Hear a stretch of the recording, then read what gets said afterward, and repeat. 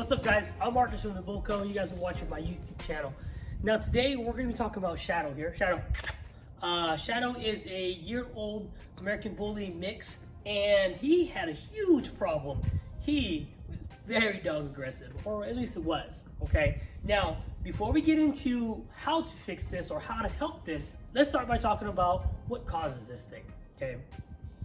I think one of the main causes of dog aggression can be genetic, but it really comes down to your routine with your dog.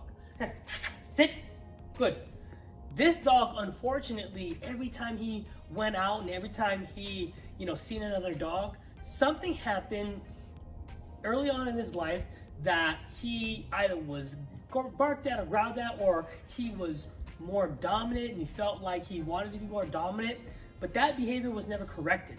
It was never shown it was a bad thing, right?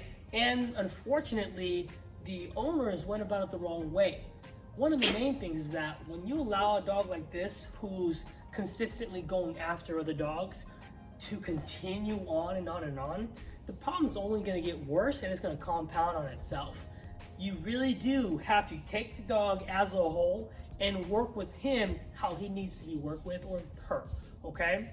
Number one, bad habits with the dog.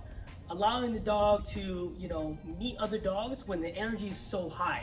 A lot of times, I'm sure, when this dog would meet other dogs, before he met that dog, he was very pulled. He was trying to, trying to meet, and that energy went so high, what he actually thought was, regular behavior was actually aggressive behavior, and that started compounding on itself, okay?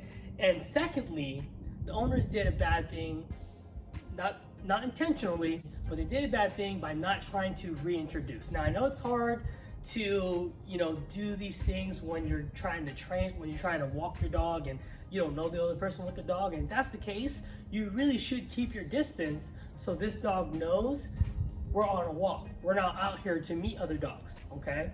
Secondly, this dog thought he was in charge. Not only did he think he was in charge, he also thought he had to protect himself. So of course he's gonna act out. Of course he's gonna try to dominate every single dog he comes into contact with. Number one, because he doesn't trust the humans that are walking him. And number two, he thinks he owns the world, okay? So how do we fix this? What are some of the steps that we need to take to make sure that if we have a dog aggressive dog and we wanna get a new dog, or we want them to meet another dog, we have to take a couple things into account. Number one, where does this dog stand next to these dogs? And we don't mean literally stand, okay? Where does it stand in pecking order? Because there is a pecking order in the dog world, okay? This dog was always trying to go to the top, and he would always challenge any dog who was in his vicinity, okay? The first day he met my dog Blitzen, he bit Blitzen right on the eye, okay? Now, I didn't panic. I didn't, rush to judgment. I already knew he was aggressive, okay? And then the next day, he bit my dog 40. And again, it's not his fault, but we need to do some training with this guy. So the first thing we did to this guy to get him to relax around these dogs is to put him in his place. How do we do that? Number one, we start by walking this dog in a correct manner. We don't let his energy level get beyond a certain point. And what that means is he's either walking beside or right behind me, never in front. I didn't allow this dog to look left and right and to be spontaneous with his actions. Every single time that he looked down, looked left, looked right, he got a correction, all right? Every time he seen another dog and he started to posture, I turned, okay? What that does is that doesn't let that dog get into that mode of posturing, of trying to, or wanting to be dominant, or thinking he's gonna meet another dog, okay? Shadow, come. Okay, it doesn't let them, good boy, sit. It doesn't let them get into that mode, all right? And secondly, once this dog figured out that he was gonna have to follow me wherever I went, as fast as I went, if I stopped, he sat, right? Once he figured that out, then we bring him back to the house and we knock him down a couple more notches, okay? Right here in this video, you're gonna see us working with him on the second day he was here. Check it out. Sit, sit, no, sit, wait, wait, no, And we want to control these outbursts. Sit.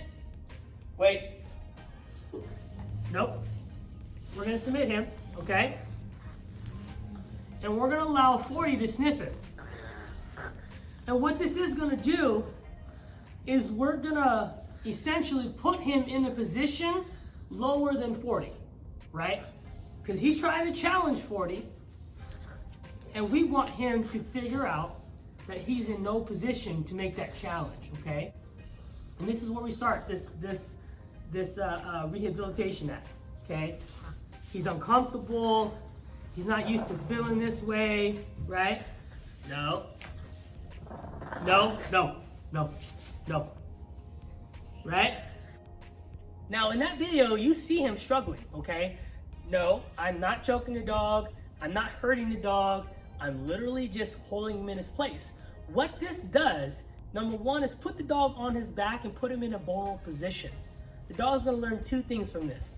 Number one, that he's below the dogs that are not underneath him, right? He's below the dogs that are now walking around freely, sniffing on him and everything, okay?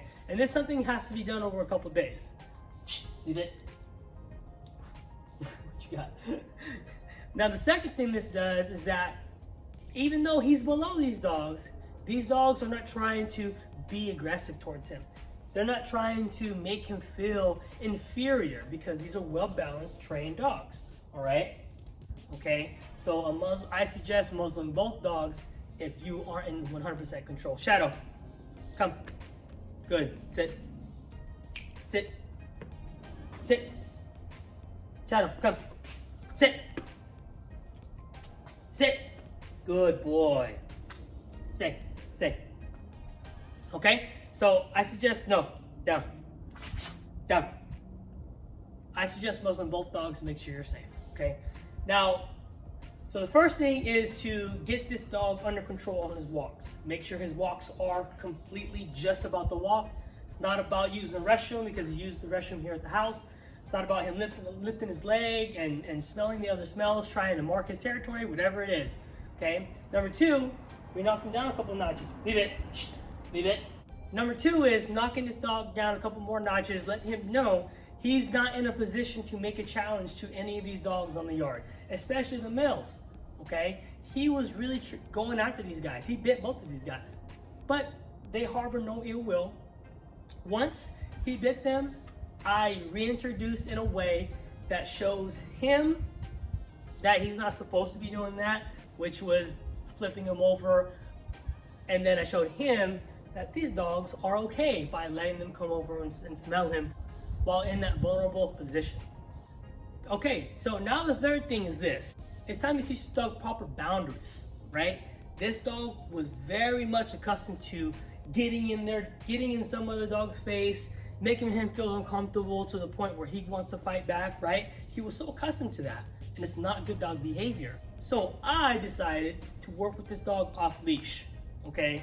Now in this next clip, you're gonna see me work with the dogs off leash. He's gonna have a muzzle on. Why? Because if he does jump to bite or lunge to bite, I'm not gonna be able to stop him from doing so. I just have to be able to control the situation. So I have a muzzle on him, and I utilize the muzzle as something to keep his energy levels low. Because when the dog's in an uncomfortable position, like being on its back, they're not gonna continue on this crazy energy, right? They're gonna pretty much calm themselves down. So I utilized the new thing of having something on his face in tandem with meeting this dog that he didn't like, okay? But I also use what I call a body extension, okay? A lot of times if you make a sudden movement on a dog, a lot of times they'll flinch. But with a dog like him that was around another dog, like a dog like him that's dog aggressive, that's around another dog, me going really fast could cause a fight, could cause him to lunge, okay? And that's not what we wanted. So this is what I did. This right here is my spacing stick, okay? This stick was used for nothing else other than as an extension of my body, okay?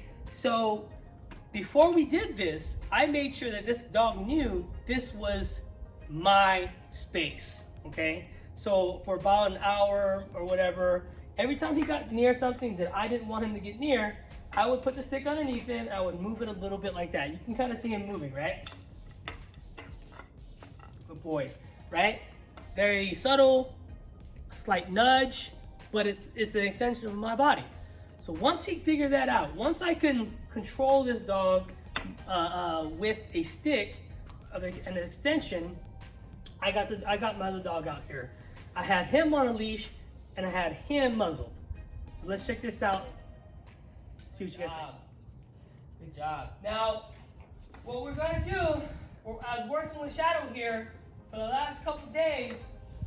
You can see they're a little bit more comfortable with each other, a little more playful, tails wagging a lot more, a lot less strain on the body. We're just gonna be correcting the behavior of him jumping up.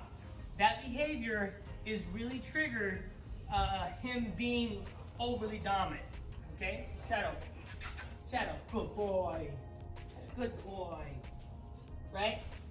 We want him to be happy, we want him to be excited, but we don't want him to go overboard, because when his dog goes overboard, he goes redline, okay? Come down, good boy. Shadow, no. 40, leave it. Leave it. 40, leave it. See? Now, there's only been a couple days since we've started doing this, so we will be taking the muzzle off, having it free roam together in a couple days from now, if not a day or two. But the behavior that I'm seeing now is a lot better than the behavior that I was seeing when we first started doing this, right? Great, so in that video, you see me creating space. You'll see him very uncomfortable with the mask on, but you also see me creating space. We have to show this dog that there are other ways to be around dogs and not feel uncomfortable and not feel like that he needs to fight every single time. And lo and behold, after a couple days of spacing out this dog with my dogs, okay, like smelling is fine. Smelling is fine. Him smelling his rear end or him smelling his rear end, that's a normal behavior. What's not normal is when two dogs go face to face, okay? That can be considered a challenge, all right? And that's what I didn't want. So anytime that was apparent that it was gonna happen, I would simply step in, no sudden movement, step in slowly and break, right? I would say leave it, I would say back, right? I would back him up, and I taught this dog space, all right? And it's important, okay? Every dog needs a space. Every dog needs to be in that position to where they feel comfortable, okay? I just showed him that this is more comfortable than what you were doing, right? So let's recap. Number one, get control of your dog. Be your dog's leader. Be the person that when I say, Shadow, he looks up and continues to stare because he's waiting for a direction from me. That's why he's looking at me right now, because I have complete control over this dog. Number two, knock this dog down a couple notches as far as the way he looks at himself and the way he's trying to put himself within that pack or other dog, okay? He's trying to dominate. He's trying to be that dominating thing, okay? He has to be below, right? Number three, start working with the dog off leash. Be safe. Put a muzzle on him, put a muzzle on one dog, and put a muzzle on the other dog, okay? So that if those actions do erupt, you're able to break a fight up with having minimal damage to any of the dogs, okay? Caveat to that, if that does happen, you do not stop the training right there, okay? A lot of times when one dog gets into a fight with the other dog and they're not reintroduced properly, those dogs will harbor those feelings, okay? So after that, if that were to happen, you have to reintroduce, you have to calm the situation down, and you have to make it so it's, they're comfortable with each other again before you end it, all right? Now, number four is pretty simple, guys. Number four is give your dog some time. Give this dog some time. This dog just spent almost 8 or 9 months doing the same exact thing over and over and over again. Every time he sees a dog, he goes after that dog, every time, okay? give the dog some time, some space with the other dogs.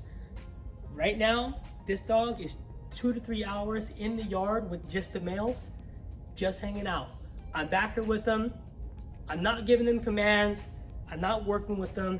I'm just letting them enjoy the sunlight. That's it, okay? Just letting them enjoy. And he's around. Why do I have him out here just being a dog? Because that's what he needs. He just needs to be in a position to where he can relax. This dog was so overstressed, so very stressed out that he couldn't let go of that stress, and it was showing in his behavior. All right, guys, so that's about it for today. Thank you so much for watching. Before we go, we want to go over those 4 things one more time.